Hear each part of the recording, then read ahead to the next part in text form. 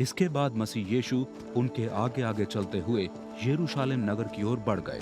जब मसीह यीशु जैतून नामक पर्वत पर बसे गांव बैतफगे तथा बैतनिया पहुंचे, उन्होंने अपने 2 शिष्यों को इस आज्ञा के साथ आगे भेज दिया, सामने उस गांव में जाओ। वहां प्रवेश करते ही तुम्हें गधे का एक बच्चा बंधा हुआ मिलेगा, जिसकी अब तक किसी ने सवारी नहीं की है। उसे खोलकर यहाँ ले आओ। यदि कोई तुमसे ये प्रश्न करे, क्यों खोल रहे हो उसे, तो उसे उत्तर देना, प्रभु को इसकी जरूरत है। जिन्हें इसके लिए भेजा गया था, उन्होंने ठीक वैसा ही पाया जैसा उन्हें सूचित किया गया था। जब वे उस बच्चे को खोल ही रहे थे, उसके स्वामियों ने उनसे पूछा, क्यों खोल रहे हो उसे? उन्होंने उत्तर दिया, प्रभु को इसकी जरूरत है।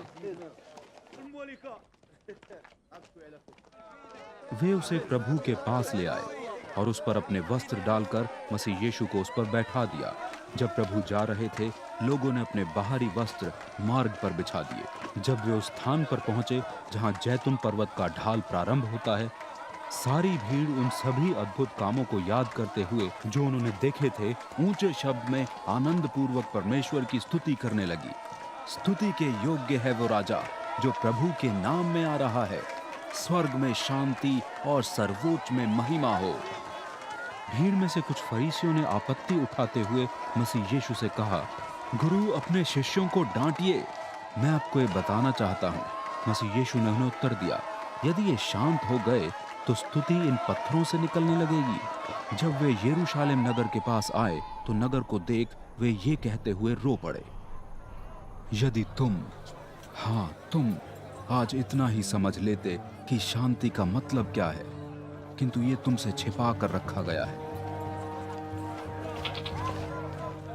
वे दिन आ रहे हैं जब शत्रु सेना तुम्हारे चारों ओर घेराबंदी करके तुम्हारे निकलने का रास्ता बंद कर देगी। वे तुम्हें तथा तुम्हारी संतानों को धूल में मिला देंगे। वे तुम्हारे घरों का एक भी पत्थर दूसरे पत्थर पर न छोड़ेंगे, क्योंकि तुमने तुम्हें दिए गए सुअवसर को नहीं पहचाना। मंदिर में प्रवेश करने पर मसीह यीशु ने सभी विक्रेताओं को ये कहते हुए वहां से बाहर करना प्रारंभ कर दिया,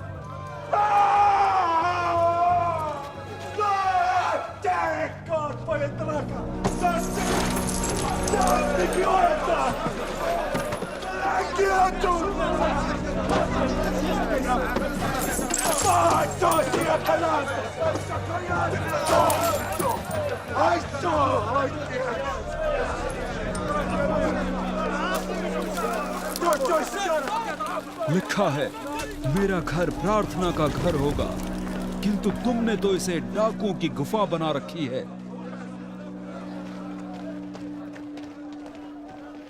मसीह यीशु हर रोज मंदिर में शिक्षा दिया करते थे। प्रधान याजक, शास्त्री तथा जन साधारण में से प्रधान नागरिक उनकी हत्या की योजना कर रहे थे, किंतु उनकी कोई भी योजना सफल नहीं हो रही थी, क्योंकि लोग मसीह यीशु के प्रवचनों से अत्यंत प्रभावित थे।